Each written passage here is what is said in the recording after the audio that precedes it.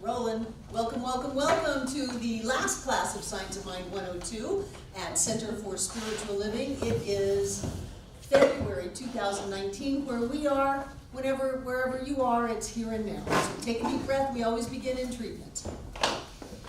And what I know is that there is one power, one presence, one love, one life, one light, one creative force, one self-existent cause, one absolute.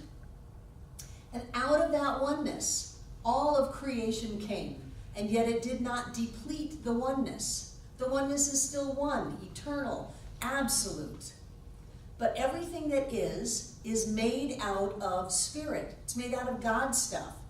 And so we know that each one of us is a spiritual being made out of the divine, informed, individualized as us.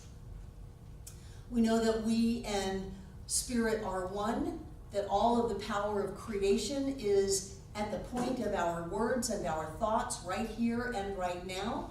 And so we think consciously and we speak consciously, calling forth into form good blessings, love, laughter, prosperity, health, wholeness of all kinds. And we live the God life that we were always meant to live. And I know that each one of us gets everything that we need to get out of this class. And we use these teachings to create lives that get better and better and better and better.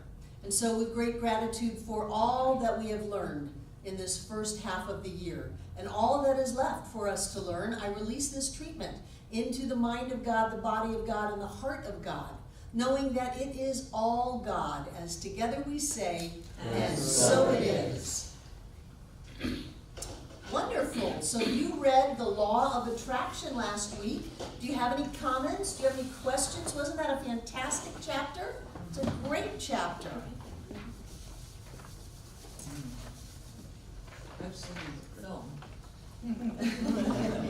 You saw The Secret. Yes. Well, there's a lot of good stuff in The Secret. Yes.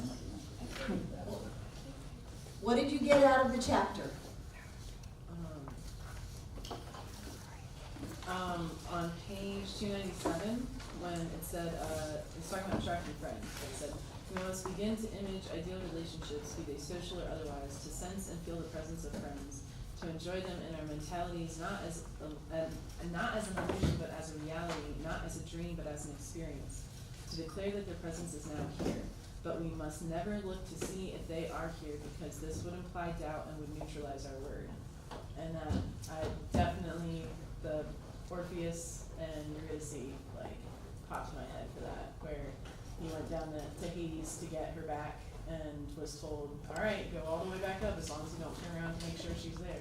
And so I was like, oh, that's exactly, I love finding the little parallels.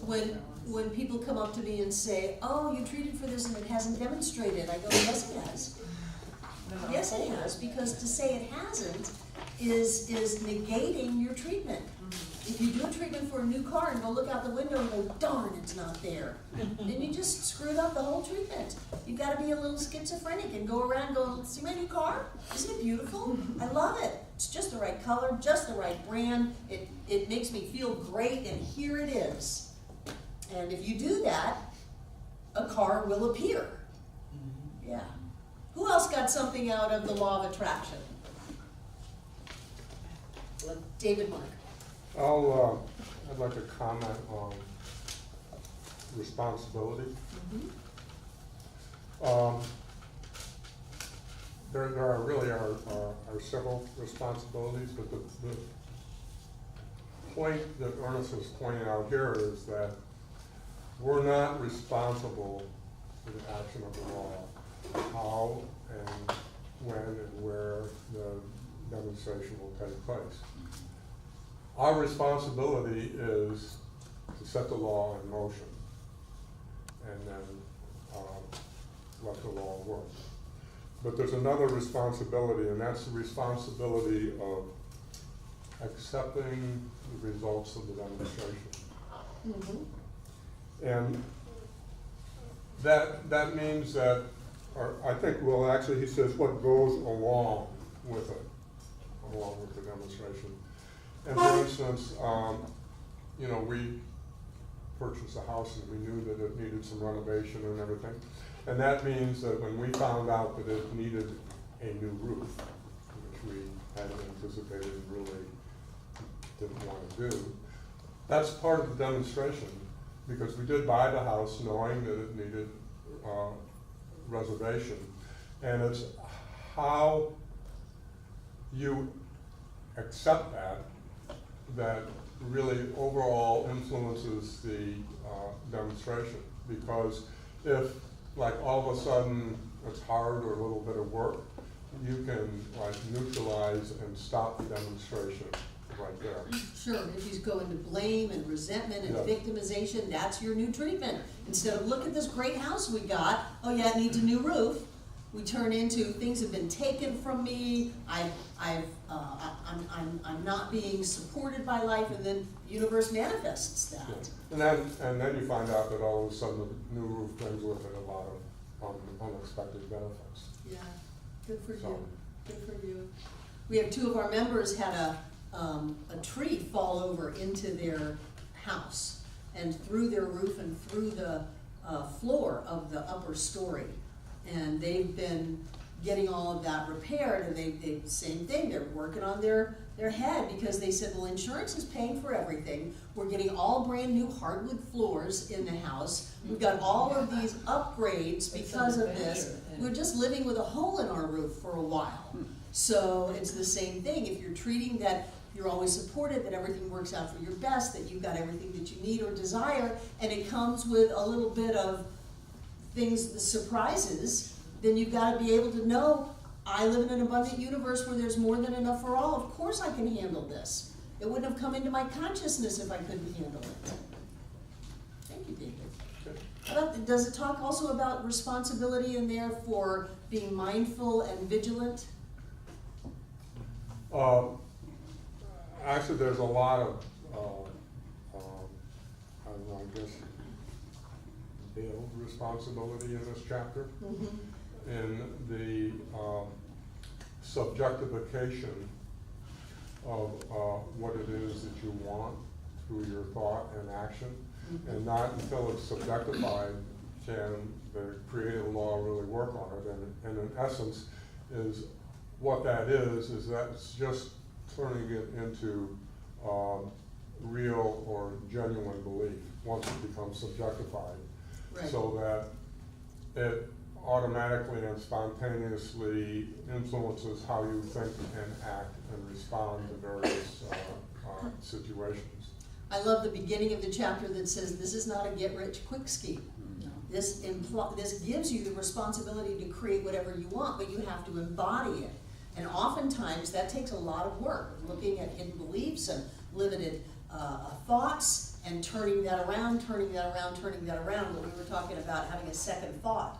If your first thought is not going to create what you want, it's important to get to work thinking a second thought. Yeah. That is what you're gonna want. Thank you, David. This is one of my favorite chapters. Yeah. I really liked where it's on page 301.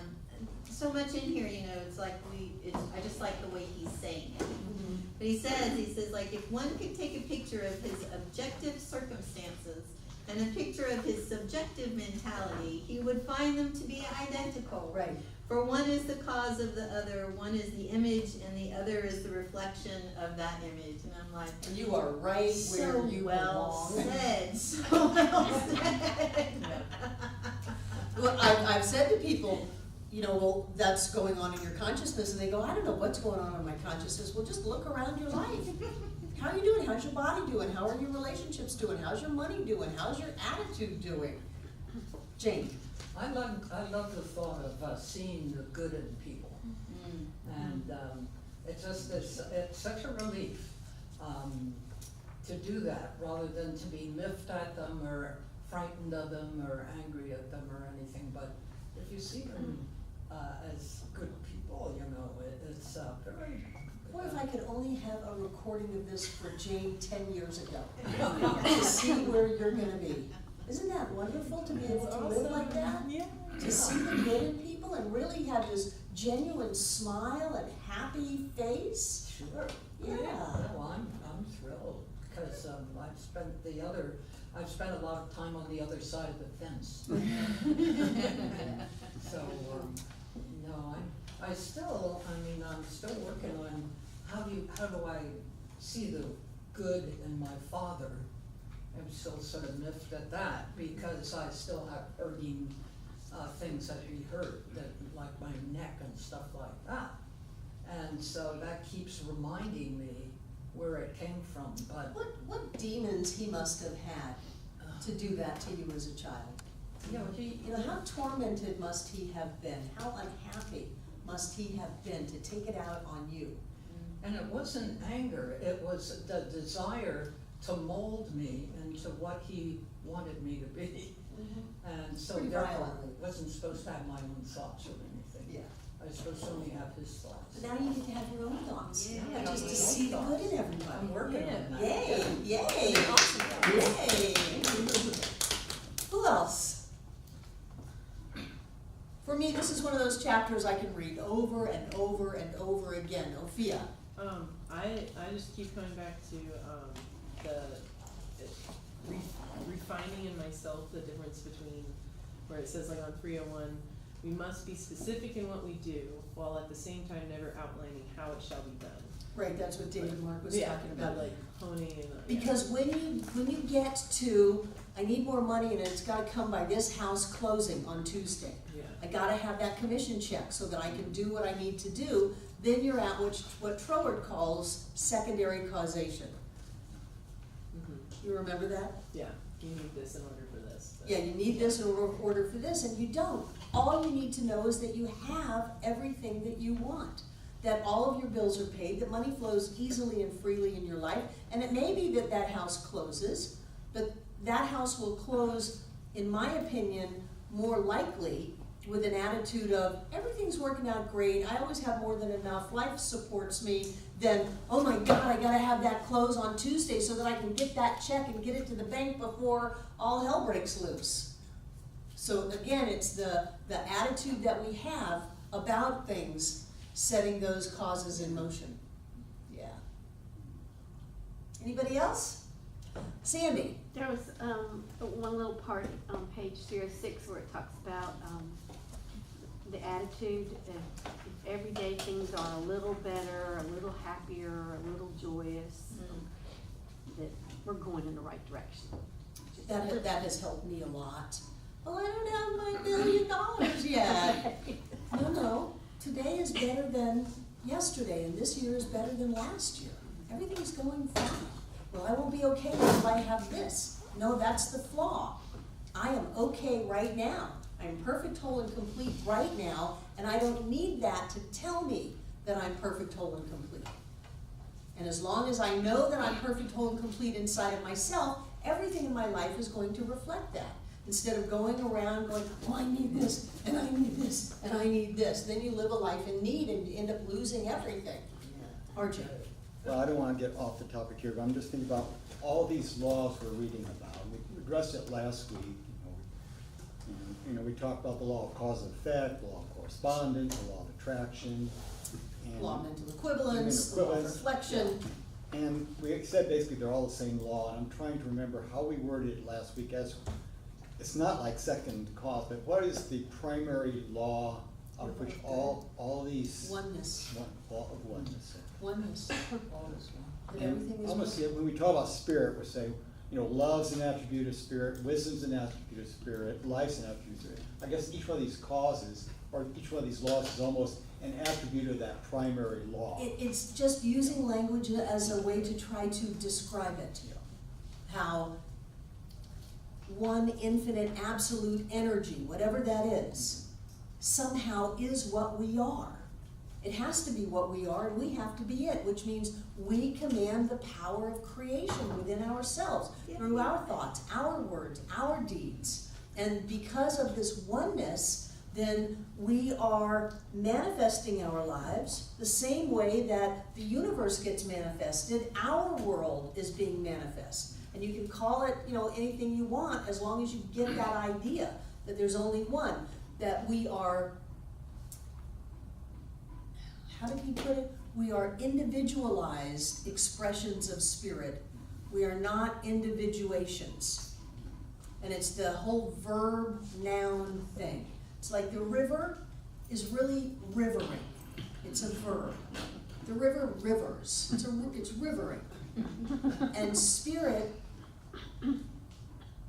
expresses it experiences. It doesn't even express itself, because an expression is a noun. Spirit experiences itself as us. We are the verb of the divine in form, not the noun. And people get hung up because when I'm an individuation of the divine, I'm a thing, I'm separate, I'm a noun. And there is me and spirit. Spirit is individual, is an individuation as me. I am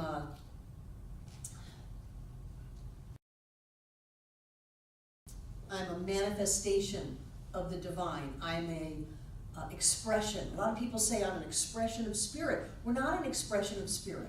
We are spirit's experience as itself, as us. David Mark. Distinct without difference. Right. What'd you say? What? Distinct without difference. The state without. Distinct. Oh, Distinct. thank you. Okay, distinct without. You know, one doesn't mean sameness. Oneness doesn't mean sameness. We're all individualized. We're distinct. We're different. But we are all the same, all at the same time. And this is a little crazy kind of thought, because for all intents and purposes, I'm here and you're there. And metaphysics says, no, I'm not here and you're not there. We are all one. We are like the little, if you were a kid, you took a lamp bulb and put it in a shoebox and poked holes around the shoebox and then turned the light on in a dark room. You saw all of the rays come out of the box. All of those rays were still the same light from the one bulb. That's how we are. You can't separate yourself from spirit or everything else. You can't have a distinction. You just can't do that. And we want to, because we want to say, well, here I am, and here my life is, and I want to learn how to manipulate these experiences in my life so that I feel better.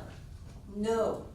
One of Ernest's whole thing about healing and spiritual mind treatment is that you go inside of yourself and know that oneness of spirit, and you stay with that until you feel it. And by now, with your treatment work, you should be feeling it. You should be getting some sense of connectedness, of love, of joy in your treatment work. Maybe not in class where you've got somebody listening to you, but for me, my prime time is 3 o'clock in the morning when I wake up. It's like, great, I've got time to meditate and do treatment work now. So wherever you do it, whenever you do it, there should be a sense of just maybe that hole that's filled, that sense of being home, that sense of connection and oneness. I mean, those are just the words that I have to describe it, but you should be having an experience of this. And Ernest says that your job is to go to that place. And when you're in that place, you can't see disease and poverty and lack and heartache. You can't see it, because all you're seeing, it's like you're not having the faith in God, you're having the faith of God. What is that?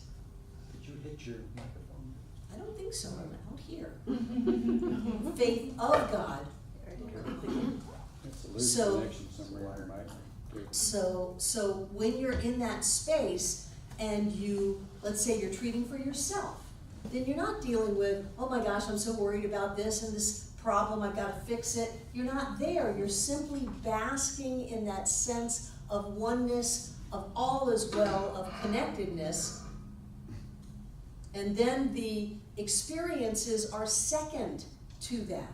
That really your prime goal is to go around with an awareness of the presence of the divine in everything that you do, everything that you say, and every thought that you think. And if you do that, wonderful things will show up in your life without you having to outline how those things are supposed to happen or what they even are, because from our thoughts of what the best thing is, we are coming from a limited view, and if we just open up to all of the good and the abundance and love and joy that is, then things can show up that we've never even thought could happen. So we open up to that, what Ernest would call the greater good. Ophia. Well, we didn't get to do treatment demonstrations today, but I'm going to, we just kind of Okay. got rolling. there was I've been treating for myself my affirmation from foundations classes. I breathe deeply in grace, and Turn it down. a lot of I've had breathing deep is a very hard thing for me my whole life to remind myself of. So the more I've been doing that, I had a lot of substituting last week, which was great. And Friday I actually had middle school kids, and they asked if they could stay through lunch to keep working on a diorama. And I checked with everyone, they said it was okay. So they were staying there and they were talking, and they started on the topic of consciousness and what happens when we die. And Cool. so I tried to stay out, I'm just, observing, but this one, girl was, just immediately to nothing, just, we disintegrate into nothing, there's nothingness, it's darkness, and I just couldn't, and everyone was getting down, I could see them, and I was just like, I couldn't resist, so I was just like, what if, and said, what if we're all connected? What if, it's space-time isn't linear, and this is all us, one character playing, its own little story that we all wanted to come up with. What if it's like a video game where we all together wrote the coding, but now our only access to it is through our remote controllers? And like the kids just like, one was like, what? Like, and it was just a really cool experience that if I had not been focusing on staying in that connection, that oneness, and like, I've just been working really hard to always focus on any time I interact with any kind of life, it is me, it is God, it is all of us, it's our dream, Yes. and so it's more and more of those opportunities are coming up. I'm not feeling tired, I'm just excited about stuff. And Good, yeah, good. Wonderful. You got me, Stephen? Testing, we're good? One of the things that in my 40 years of this teaching, people come and they want to know what the trick is, what the key is, what the piece of the puzzle is. And really, it's not a 5-step spiritual mind treatment. It's not an affirmation. It's not learning how to create money or friendships or things like that. It's all about getting to where you can hang out in that awareness of the presence of spirit right here and right now. That is the whole shebang. You want to know what the trick is? That's the trick.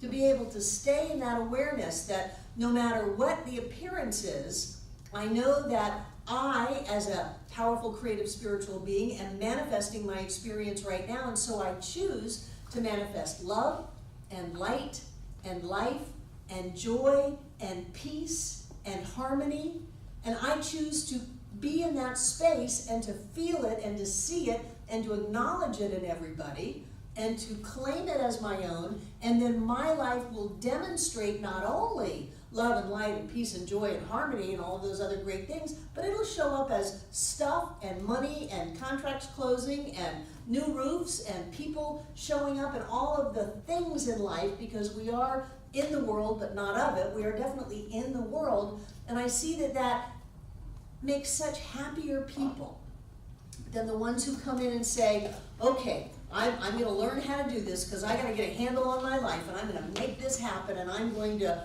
will it into form, and I'm going to learn how to master my manifestations. And you can do that, but that's not the end-all be-all. The end-all be-all is to live a life where you have that feeling in you all the time, where you truly awaken in the morning with joy and love in your heart.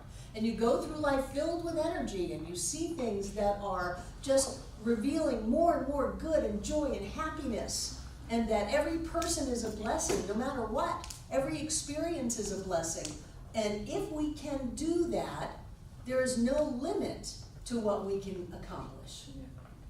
Because the only thing that limits the limitless is us. Our thought of limitation is the only thing that can limit the limitless. And it can only limit it at the point of our awareness, at a higher truth. We're not limited, we're just playing a game, that there's limitation. We're like the 3-year-old who's at the psychological stage where they can close their eyes and go, you can't see me. And we do that to our good. We close our eyes to our good and we say, you're not here. And then because we are creating our experience, we experience our good not being here. So I just want us to remember, we're gonna go into more and more treatment work in the next 2 terms and practice it more and fine tune our treatment work. I just threw you to the wolves a couple of months ago, gave you a little cheat sheet and said just go say it, just go do it. And still it works, but we're gonna fine tune it a lot more. But through all of that, the important thing is to know that if you are treating for someone and you can really see them as a being of light, a being of love, a being of joy, that is perfect, whole, and complete in every way, then you don't have to treat that they have the closing on Tuesday, or that they've got the money to pay their bills, or that their car starts, or anything like that. You just get an image of them and you get this heart connection, and there is a sense of oneness and fullness and home. And people heal. Circumstances heal. I taught a class a few years ago.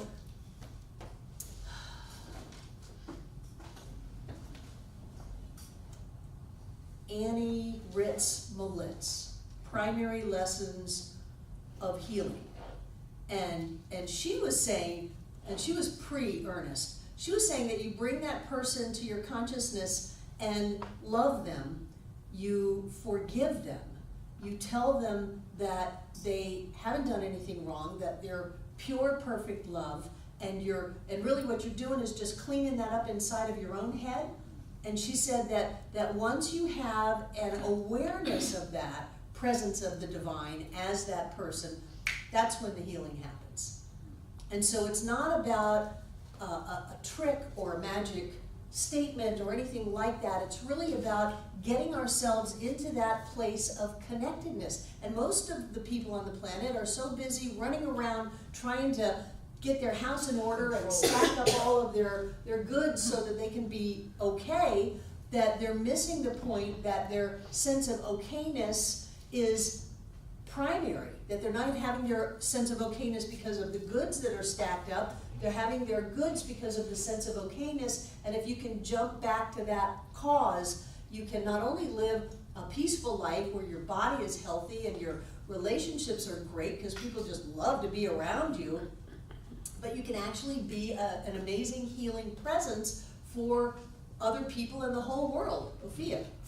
I was talking about this with my roomie today. There's a turn we make on the way back to my house where you turn right, but then you immediately have to make kind of a left hook. And most people, we were following someone, cut through the lane instead of making a full turn. And I was saying how this is kind of an example where especially younger me might have done that kind of thing, you know, like, oh, it's just faster, just no one's coming, like, but realizing that, like, thinking that that's a shortcut, like, oh, I need, you know, but when really it's like, if I just always train myself to go that way, when I'm like half paying attention that time, and cars coming and I'm not thinking about it, I'm still over here. So that's the real shortcut, is to get to like the ultimate cause first, which is, you know, So to train yourself to think the thoughts that you want to think, so that when you're not paying attention and life is a surprise, you default to what you want to think instead of what you don't want to think. Most people default to a reaction, and then their limbic brain is going crazy and their adrenals are going bananas and their heart is pumping and they've moved into fight or flight. So to be able to train yourself to stay at peace, to stay clear, to stay focused on what's important, which is the presence of spirit is right where I am. Everything is wonderful. That is the most important thought you can ever think. To train yourself to stay there is going to allow yourself to not get in an accident. Yes. Jane. I think that with me the difficulty is I always like to be kind of in control of what happens. And I think that what I need to learn, which I've been working on, is how to receive with gratitude and, That's lovely, Jane. huh, what? That is lovely. Yeah, thank you. That is lovely. I think that one of the things you do here is receive a lot in your life. Hmm. You have a lot of people that really like you and love you, and you get that by being here. Yeah. We all get that from being here. It's really important to get that. We don't want to go up on a mountaintop. There's 7.5 billion of us on the planet. If we wanted to go on a mountaintop, we could have picked our own planet, like the Mormons. We would have our own planet. We want to be together. We want to connect with each other because I can see myself more clearly when I look at you. And the way I see you is the way I see me. And so if I see you as anything other than this amazing, beautiful being of light and love and clarity and wholeness, then I've got work to do on me. I love the way people try to blame other people. There is no other. There's only us. There's no limits. There's no them. There's no them. So, housekeeping. If you are interested in taking practitioner classes, there is a meeting this Sunday at 12:30. We want to know who's interested and what your classes are so that we can see what you need to move into practitioner training. This is the last class of Science of Mind 102. So next Monday, John and I want to do a relationships workshop because it's fun. We have a good time doing a relationships workshop, and I think it helps people to have better relationships because we've got some things we've learned over 30 years about not sweating the small stuff and being kind. Try not to be too big of an ass to your partner, and you'll be amazed at how wonderful your life can be. A week after that, 2 weeks from today, John and I will be at the beach, so Sally Robbins is covering Monday night. She's going to do an evening with Joel Goldsmith. If you know Joel Goldsmith, you either love him or you don't, and Sally loves him, so she's going to talk about him and share that with you. And then 3 weeks from tonight, we're going to start our Science of Mind 103 and 104 class. You'll have new notebooks that will have both sections in them, and I'm going to start it with a treatment workshop. Because in Science of Mind 103 and 104, we're going to have more focus on technique and how the treatments are working, how we're doing it. Again, it's much more like a practitioner class where we can really fine-tune our thoughts and our words and our treatment process. So that's the next 3 weeks. You got it? Yeah. Is the relationship workshop just for partners? No. For You have a relationship with yourself. Mhm. It's helpful if you're Unique. kind to yourself. How are we gonna do the relationship, how are you gonna do that relationship? John and I are gonna stand up here and we're gonna talk about relationships. We have a great relationships workshop that we've done. Oh, okay, that sounds good. Yeah. You know, you referenced it twice, I think maybe a Sunday and Monday last week, about your Native American teacher saying focus on what's in front of you. If it's in front of you, it's yours to do, and do it until it's done. Yeah, And I've been, that's it in a nutshell. I've been really like repeating that to myself a lot this week, and always with the like ADHD diagnoses and stuff growing up, like that's been really, and the whole concept of like focus, like just staying. So it's been really, so thank you. It's been really helpful. Focus on what's in front of you. If you see it, it's yours to do, and do it until it's done. Wallace Wattles in The Science of Getting Rich, or The Science of Being Great, I forget which one, he talks about every day just do things that you, Science of Being Great, that you can do in a great way. If you can't do it in a great way, don't do it. And if you do everything in a great way, you will be great. So what he's saying is pick and choose. Don't let yourself get all bled out energetically for this thing and this thing and this thing, and you're jumping around like a whatever. So, pardon me? It's like a grasshopper. Yeah, you're just bouncing off the walls. So pick what you're going to do and do it well. And a lot of people say that the book, The One Thing, by the guy who started Keller Williams, says just pick one thing. Just pick one thing and do it every day, just one thing. And because it doesn't really matter what you do, it matters how you do it. It matters what the consciousness is, what the thoughts are that you're doing. Doesn't matter if you meditate or you ride a bike or you start a business or you take care of children. Doesn't matter what you do, it matters how you do it. Because that's the cause that's going out into your world as your effect. So pick one thing, whatever it is, and then do it in a magnificent way. If you're gonna plant flowers or trim the rose bushes or whatever, do it really good and feel good about it. And then you're putting out into your world, not I'm screwed up and I'm never get on top of anything, but I do this well. It's only one thing, but I do it well. And that changes your whole attitude and the cause you're putting out. Do you have your hand up, Breezy? Yes. Okay. On the quote thing you said that, I'm just missing the second one. The first one you said, focus on what's in front of you. If you see it, it's yours to do. Okay. Especially if it bothers you. Oh my gosh, there was a coffee spill in the other building all Sunday. People were just walking over it. Well, Barbara, maybe it was yours to wipe up. Sophia.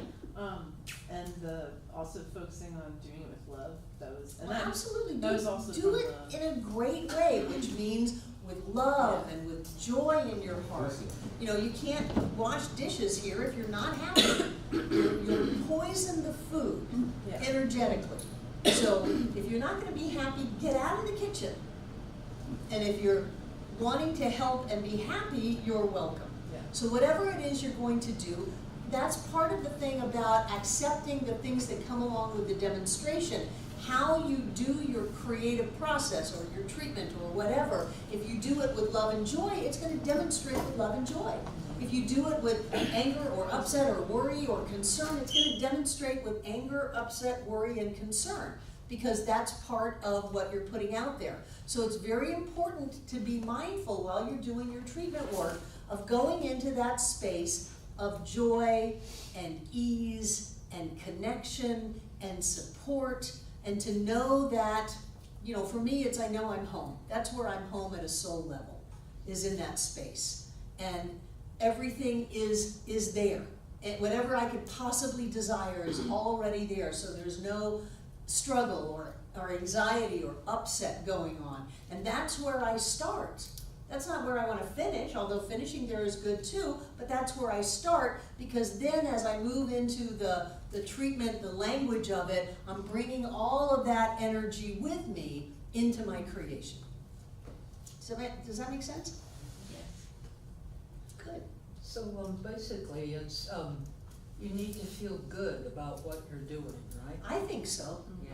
I think so. Anytime I've done something and felt bad about it, Yeah. it's never worked out, or it hasn't worked out well. Mm-hmm. Yeah. In my years when I would work up anger to use it to motivate myself, there are times in my life when before I ever cleaned the house, I would get mad about something. And then I would ride that anger through the cleaning process, but it took a big toll on me, physically and emotionally. And then I realized I don't have to clean at all. I can hire someone who will go through my house singing and doing spiritual mind treatments and spreading all of that wonderful stardust around, and then I can have the effect of that. But in order to shift that, I had to shift myself. And now when I do something, I want to do it. I like doing it. I appreciate that I'm doing it. I give myself pats on the back, tell myself how great I'm doing, how wonderful this is. And then what I'm bringing into form carries all of that with it. Sophia. I was specifically cleaning my kitchen and got up to the top of the shelves and saw they had never been cleaned since years before you moved in, kind of thing. And I'd been having a good time seeing how my kitchen was getting clean and all that, and then I saw that and I started feeling this like, oh, what the fuck, you know, I gotta do that, you know. But then I immediately thought back to like, these poor shelves haven't been cleaned. I'm gonna be so loving to them and clean this off. Them. And it felt so much better, and the room feels better now. I mean, they can't even see, but like, I could feel it now. There used to be a commercial on TV for a carpet cleaner. And it was a dad and a toddler, and the toddler kept making all these messes, and the dad come around with a little Hoover carpet cleaner, whatever it was, and the tagline was, "Life's dirty, clean it up." So don't freak out about the things that happen. Allow yourself just to take that and rise up into great joy. And then do your work with joy, whatever it is. And you'll be better physically. Remember, we talked about all of the things that happen to you physically when you're constricted and you're angry. And when you're angry or upset, or you feel like someone's done something to you, your adrenals shoot out all of this stuff into your body, and it creates arthritis and blood problems and poop problems and all kinds of stuff. And you don't want to do that. You want to be easy and flowing and open in life. They say that you have more nerve endings in your belly than you do in your brain. Isn't that amazing? It's amazing. And so when they say, "I got a gut feeling," you really did. You got a gut feeling. So bring out that energy of love and happiness and joy in your treatment work. It's not a to-do list that, okay, recognition, blah, blah, blah, blah, identification, blah, blah, blah, affirmation, blah, blah, blah, Thanksgiving, blah, blah, blah, release, blah, blah, okay, I'm done, check that one off. It's not like that. You will have more time in your life if you take the time to create your life than if you run through life reacting to everything. And if you don't do it well, if you screw something up, remember, you've always got a second thought. You have a second time around. In the eternal now, it's a constant redo. So just redo it. Fix it. Make it the way you want it. If you're flipping channels and you miss one and you go over the channel, you know, you're going down the TV guide thing and you thought you clicked it, and you got, what in the world is that? It's not the end of the world. You're not stuck with that channel for the rest of your life. You're going to flip the channel. Boy, Sirius XM radio, there's so many channels. If you miss one, just go back to the one you want. There's channels inside of your head, channels in your heart, channels in your gut. And if you can learn to hang out with that connection of oneness of the divine, you can do anything. I think one of the things that it does for me the most is makes me feel not alone. Because sometimes one of the games that we play is, oh, I'm all alone, I've got to do all of this, I've got to make a healing now for this person. As if everything I've done today isn't enough, now I got to heal this person. Oh my gosh, how am I going to do that? And we get into this misunderstanding of the individualized us, the verb us, of spiriting as us, instead of the noun that is separate from the divine. And so when we get into the noun, we can feel separation, we can feel pressure, we can feel like I've got to use my willpower now, I've got to force this into form. Oh my gosh, I fell off the spiritual wagon and now I've set things in motion that, oh my gosh, well, don't do that, that's exhausting. Get into that sense of connectedness, know that somehow there is that which moves through you that is infinite. Infinite energy, infinite opportunity, infinite love, infinite light, infinite life, infinite prosperity, infinite joy. That there is that which moves through you. You don't have to go get it. You don't have to find it. You don't have to make it happen. It is what you are. That's the first, I think the first chapter 1 in the textbook is man's relationship with the spiritual universe. That is what we are. We're not separate from God. We don't have the God up on the cloud that's got its own agenda. We have a verb. We are Godding. We are spiriting as us. We are individualized expressions of the divine. We're not an individualization. We're not a thing at all. There is no thing. This is all smoke and mirrors. Okay. You always have a little something to say. What's interesting with me, what gets in my way is judgment. Exactly. Yeah, and who am I to judge? I mean, if I'm playing the roles, you know,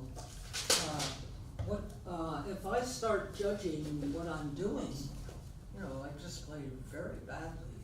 And you usually play very well. Yeah, so I decided, yeah, no more judgment, so So have you found yourselves judging yourself doing your treatment work?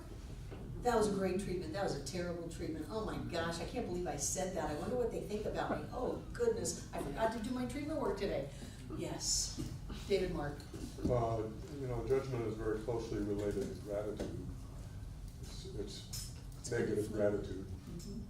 And it brings in that which you're grateful for in a negative way. It's like fear and faith are the exact same thing. It's just fear is faith in having what you don't want to have happen. But it's faith. And gratitude and judgment are the same thing. So if you're going to be negatively grateful, you might as well flip it around with a second thought to being positively grateful. And to start looking at your life and to see what's working. My goodness, we're all up on both feet, you know? I'm working on Bill. He's gonna be up on both feet. We're all up on both feet. We all have all of our limbs. We're all breathing. You know, most of us drove here.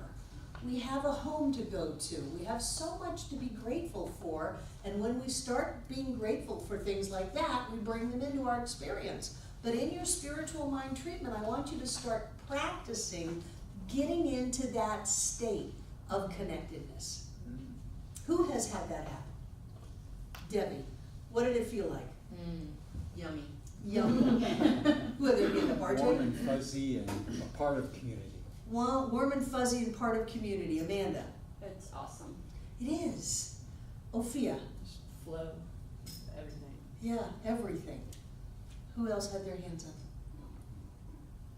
For me, it's like that spot that I didn't know was empty got full. And it is my intention to have that space full all the time. Because I don't want to go around with an empty spot. I want to go around filled full to overflowing on everybody and everything around me. I'm a fountain of spirit, shooting all around me like a water sprinkler. We've all got. So I want you to do that. I know that we've done treatment work in this class. We've done a lot of treatment work, but I want us to start fine-tuning it. I want us to start going deeper. I want us to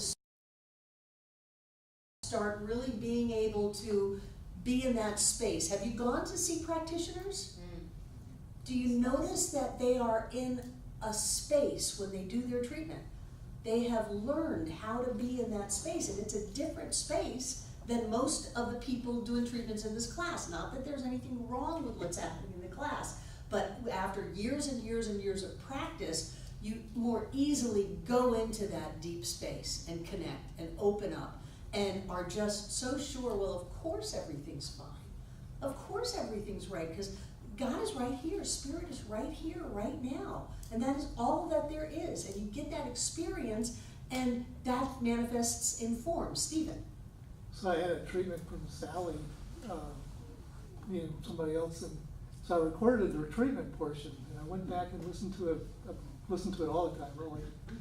And it's really funny because she mentions stuff that I never said in the conversation prior to the treatment, but she's brought it up in the treatment, and it's like, holy smokes, that's so true. Right, so it was, Like, she's that's, tuned in. that's intuition. Yeah. If you get your head out of the way, your intuition can come forward. All these nerve endings in the belly.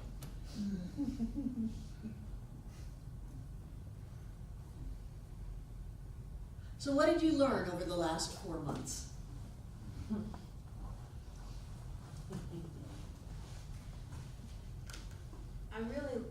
I was trying to find it, but I can't, where I have thought this way for a very long time. And he says in here that what science of mind does is it explains it, and it puts it in a very logical progression so that we can believe it and then really make it happen. And that was just beautiful. I was like, that's exactly what's happening. You know, because it's just, all of it is just so beautiful, that the way he says things. And it really is just clicking so much more than it ever has before. And I'm like, oh, yes, and it's so much easier for me to feel that. And in those treatments, either for myself or for anyone else, when I can really get to that yummy space that I talked about where I just feel so good. It's that joyous feeling of, oh, yeah, let's just be like this all the time. Mm-hmm. Yeah. And sometimes I treat my feelings. If I'm not in that space, I'll treat my feelings. I'll treat my clarity, I'll treat my consciousness, I'll treat my awareness, I'll treat my love, I'll treat my joy, because you can treat anything. And that's more important to me than treating that this happens or that happens or this shows up. It's more important for me to treat my consciousness and my energy in that. You can treat anything. Ophia. The past 4 months have been really, really awesome. I have in the past, same kind of thing, I've in the past, like, so much has told me that, like, no, like, what other teachings or things that were tried, I just knew wasn't right. I tried to think it all out for myself, finding different stuff, and ended up in mental wards, and had a lot of it figured out, but hadn't quite, had the help, to do it on myself, and realizing that it's been like both, like letting go, like the grace thing, but then also like in a counterintuitive control way than I was doing it before, like realizing, oh, I just had this flipped, like, and so it's been both like grace and like confidence, and the intuition, like, oh no, I was right, I just hadn't quite, like, okay, cool, I wasn't. Good. So, I've often thought that people who are locked up just have a little more psychic awareness, a little more awareness, and they don't have a way to they don't have a way to incorporate that into modern day life because we don't support that. yeah. As a kid, I always felt like there was a part of me that was not involved in the family environment, in the school environment, in the way that I looked, in the way that people treated me. I always felt like there was a part of me that was not that. And then Ernest comes along and says that there's a spiritual person, man, that, and I like to see it as just kind of wrapping itself around us, that is always perfect, always whole, and always complete. And as a practitioner, as a person doing treatment work for someone, it's your job to see that spiritual perfection regardless of what the story is, because people come to you and boy, they have worked on that story for decades. They have got it down, they've got the pauses, they've got the jabs, they've got their story down, and regardless of the story or regardless of the conditions, it's our job to see that. And when we can see it without even doing treatment work for people, then we're dancing with this idea of enlightenment, that we just go through the world and see the perfect unfoldment of spirit as every person, as the mail in the mailbox, as the phone, as everything in our life. Then we're in a realm that the mystics talk about. And that's where we're going. We are all mystics in the making.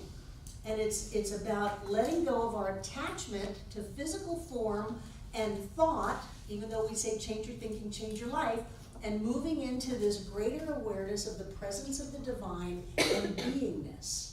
And in that state of beingness, I think we're more open to the creative process. And it's good at times to direct it and to focus it, but to do it with that sense of connectedness and love and joy is really where it's at. What else have you learned? It's easier to do treatments when you do treatments. It is. It is. The way to learn how to treat is to treat often. And then you start to get, wow, I did this thing and something happened. I've said that I believe that there's a connection, but wow, it really happened. And so then you start to develop that sense of faith and that expectancy and that knowing. Good for you. Sophia. That also reminds me of it paired perfectly timing-wise with the beginning of taking classes here and stuff, that I had read this thing where, a study where, an experiment where a pottery teacher had, broken the class into 2 groups and said, you are assigned by the end of the semester to make the most, you were assigned to make the best. And I was immediately taken aback when I read it, that it was not what I expected, and that it was the ones who did the most who got the best. And that really hit me, you know, because I always wanted to, perfectionism, and realizing that you don't get that without doing a whole bunch of Right, it. And so right. this has been really good to, like, for me to just get through it and realize it's gonna make it better. Good. So. Good, good, good. Who has treatment successes? Debbie. There's been quite a few of them this week, but I think the one that really stands out, so I had this pet sitting job for Saturday, and she calls me on, I don't know, Friday, and she says, oh, my daughter is, I thought she was better, but she's got a raging fever, and so we're not gonna be able to leave. And I was like, oh, well, that's okay, that's not a problem. And she's like, well, send me your address and I'll pay you anyway. And I was like, thank you. Why not? I'm open to receive. Yay. Singing is a big part. It was very good. Who else? Ophia. I will keep it to one. I also had a lot of really good ones. But my physical therapist of mine was just sharing a story. We were talking about school, and he had said he wanted Did to you get. treat for him? No, well, I made a perfect attendance award for him because he had missed his perfect attendance award when he was in elementary school. He was talking about this. Okay, I want treatment success stories. And I had just said, may you always be in alignment with perfect timing. And I realized with doing that, my timing has gotten so much better this week. Like, today structured perfectly, I got everything I wanted to be done, and I just thought it was not a super intentional treatment, but I realized that it worked for me with that, and I Good. just thought that was really cool. So. Good, you set the intention that someone else had perfect timing and you realized you had perfect timing. Who else? What are your treatment successes? You guys are being so treated up. Yes. Yes, you are. You've got somebody treating for you every day, every day, every day, every day, and you are treating for yourselves every day. Are you including yourself in this treatment? Yes. Good, because we don't want anyone who's going, oh, I'm just gonna treat for someone else and not for me. That's, you know, trying to put the oxygen masks on everybody else in the plane as you collapse. Who's got demonstrations? So yeah, in my treatment for abundance, my chiropractor came up and said, oh, my cleaning lady of 8 years has left me, and so let's barter. And I said, yeah, let's do that. Abundance of all kinds. Yeah. All kinds, yeah. And there were like 4 of them this week, so that was just, it's been a really nice week. That's awesome. Good, Yeah. good, good, good. Anybody else? I don't have anything specific, but things are just good, Yeah. you know, easy and That is my intention. When I call people for being on my treatment list for the coming week and they say, you just do whatever you want, everything in my life is great. So I don't have any special needs or desires or focuses, just everything is great. I would like to see everybody in this center get to where they're saying, my life is just great. David Mark. I knew you had. On that line, and with respect to this chapter on law of attraction, and what I sort of have felt this says probably better, it says what we demonstrate today, tomorrow, and the next day is not as important as a tendency our thought is taking. Exactly. And, you know, I've just been, you know, and experiencing an ongoing freedom and ease and comfort and joy in life. And since moving to Asheville, it's getting better the more I am becoming part of Asheville. Yay. Yay. I've often used that part of this chapter when I've gone, why haven't we done this yet? Or why aren't we this big? And Why hasn't this been demonstrated? And why am I feeling like I'm back to square one, starting all over again, doing this again? No, no, no, no. My life is better. My life is better. My life is better. My life is better. And as long as I'm moving in that direction, what do I care about the outer trappings? I want the outer trappings to have the feeling. I just go for the feeling right now. You don't have to be sidetracked by stuff to get to the feeling. Get to the feeling and you'll have plenty of stuff. And it may surprise you if you're not busy trying to shove your stuff into the mold of your neuroses. Well, it's gotta look like this, it's gotta happen like this. No, no, no, no, you just be there. Let it happen. Watch what happens. Anything else? I have trouble, treating, for people, even though I've done pretty well sometimes, but the thing is that, I get tripped up by trying to remember the steps. Yeah. Don't you have that paper? Well, you know, that's what I was thinking, if I get a partner this time, tonight, and I'm gonna ask to just review the steps. Great, great. In your next notebooks, you're gonna have pages and pages of steps and examples and all kinds of stuff. Yeah, cause I just sputter around like a fool. It's but- okay, no, you're not a fool. It's okay to write down the steps. It's okay to write down what you're treating for, so you don't forget. Yeah, It's okay. yeah, okay, that sounds good. Good, good. Anything else? Love you guys. Let's take a break, get your treatment partners, and create your amazing life. So what have you learned from all of the treatment work you've done? It worked. That it works? Yeah. It gets better and better. Gets better and better. Thinking of a theme or themes help through each step. Themes through the steps help. Good. The 5 steps don't seem to be necessary. Well, don't tell John that. He wrote it. Is that even more steps? Stephen. That if you're in the right place, it just comes out naturally. Yes. Yeah. You don't have to sound like anybody.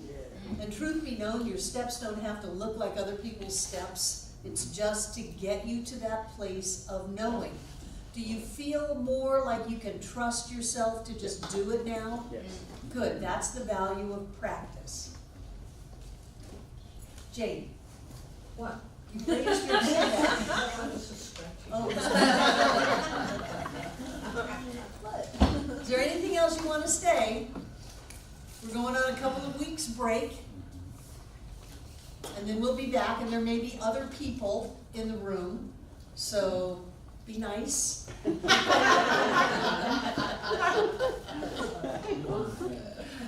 Break them in slowly, because we're gonna be doing spiritual mind treatment for the first time. Right, We're all there they'll have once. it in their notebook. Oh. What, Ophia? I said hi Bulgaria. And Hi, Bulgaria. It's south of Romania, east of Moldova, and west of Serbia and Hungary, and Greece is south of it. So shout out to Bulgaria, China, and India, our 3 biggest countries other than the United States in the month of January 2019. We're really glad that you are taking class with us. Yay! And to those of you watching online, if you would like to donate to this, you can go to the little blue P in the upper right corner of your YouTube page. Click it and it'll take you to our PayPal account, and you can support this amazing work that we are doing in changing the world by providing ideas of truth to everyone on the planet. And now those of you here, take out what you're going to give.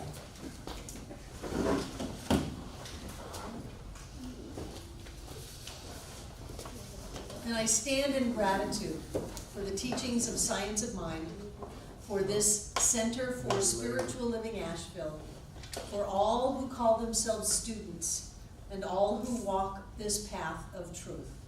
I'm grateful for the opportunities that I have had in my life to create an amazing life, and for all of the opportunities that everyone here and everyone within the sound of my voice have to be able to create heaven on earth, prosperity, abundance, health, and wholeness of every kind, and lives that continue to get better and better and better. And so I know that we come together this night in our generosity to make this Center for Spiritual Living Asheville all that it was ever meant to be. It is a place of peace, a beacon of light, a tower of strength, and a fountain of wisdom that touches the lives of all who call it home. And so it is.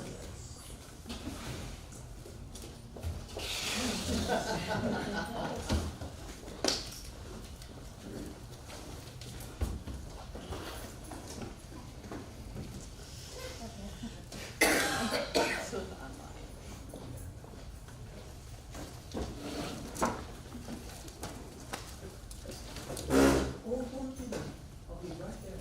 I'm just waiting for signatures. And I know that everything in these baskets is blessed. Because every time we give, that which we give is the blessing. And we are the blessed. I know that that energy of spirit as us that goes with our gift touches the center and the lives of everyone who are connected with it. I know that that energy goes on out to surround this planet and remind each and every being on this planet that they are a powerful, creative, spiritual being, and that by focusing on what they want, they can create that anything is possible and all is well. And so with great gratitude for all of these gifts, for all that this center is, and for all of the hearts and hands that we get to touch and share, I simply release this treatment into all that God is, knowing that God is all, as together we say, and so it is. Thank you, everybody. I love you.